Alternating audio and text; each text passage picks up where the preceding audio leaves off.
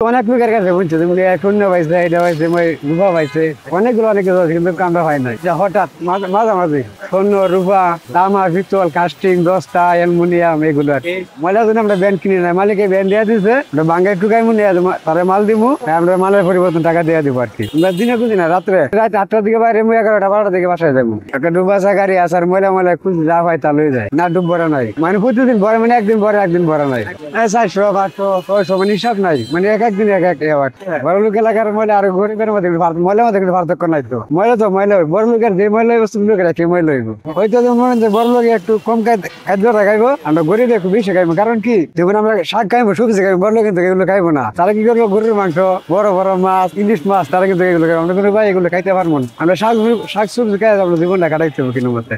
আমি 8 বছর ধরে করি, আমি ময়লারে খুঁজি, ময়লা খুঁজে ময়লার ভিতরে আমরা বোতল পাই এবং সিলভার পাই, বিভিন্ন আমরা কাস্টিং, এবার পেপার এবং অনেক কিছু প্লাস্টিক বিভিন্নটা পাওয়া যায়।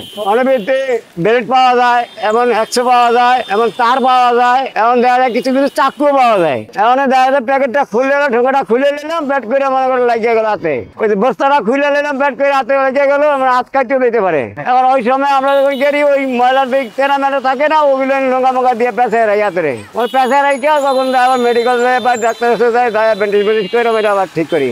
ময়লা বোতল খুঁজি, প্লাস্টিক খুঁজি, পলিথিন লই, সিলভার লোহা পাওয়া যায়, বিভিন্ন মালে পাওয়া যায় এদিকে আর কি।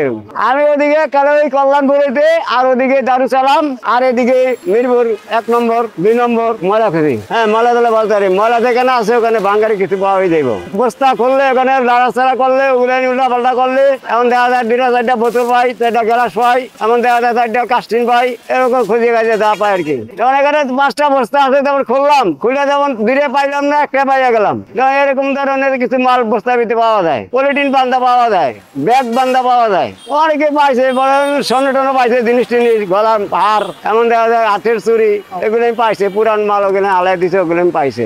যারা ভাগ্য আছে তারা পাইছে, মানে আমি পাই নাই। বোতল যেমন 5 কেজি হইলো, এমন লোহা যেমন 2 কেজি হইলো, এমন দেখা যায় কাস্টিং 1 কেজি হইলো, এমন দেখা যায় পলি 5 কেজি হইলো। এটা বাচ্চা হইব, বাচ্চার পরে মাপ হইব, মাপ হইয়া দেখা যায় আমি 800 পাইছি, 1000 পাইছি বা 500 পাইছি, এরকম ধরনের দিলেব। অনেক পেটের অভাবে খুঁজি আর খারাপ আর বুঝুন কি, অনেক পেটের অভাব তো ময়লা তো বিশুদ্ধ গন্ধ মেলা। হ্যাঁ, টাকা হইতেছে, টাকা পাই, তাহলে চলুন কি দেখাই মুখে, ওটা তো বোঝা যায় না বড় লোক এলাকা না গরিব এলাকা। এটা ময়লাটা হালাইলে বোঝা যায়। কিছু কিছু ময়লা ভিতরে আছে ভালো ভালো দামি মাল পাওয়া যায়, এমন দেখা যায় এই এলাকা বড় লোক নাই। আবার দেখা যায় যে এলাকা গরিব মানুষ আছে, ওই এলাকায় গেলেও কিছু মাল ভালো পাওয়া যায়, এই এলাকায় কিন্তু বড় লোক নাই। এবারে বাঙালি ঢুকাইতেছি, পুতুল ঢুকাইতেছি, কাগজ ঢুকাইতেছি, ময়লা থেকে মেলা বছর ধরে ময়লা অনেক সময় থাকে, ঠিক আছে, কিন্তু আমরা মনে হয় একটা খাটা আছে, খাটা দিয়ে তাই না পরে মনে হয় বাঙালি গুলো লয়ে যায়। কাটা মানে কাটার মনে কথা না, হাত কাটে বা কাটে, মানে কাটা তুমি মাঝে মাঝে হাত কাটে, তখন ডাক্তারের কাছে যাই, ব্যান্ডেজ করি, ওষুধ খাই।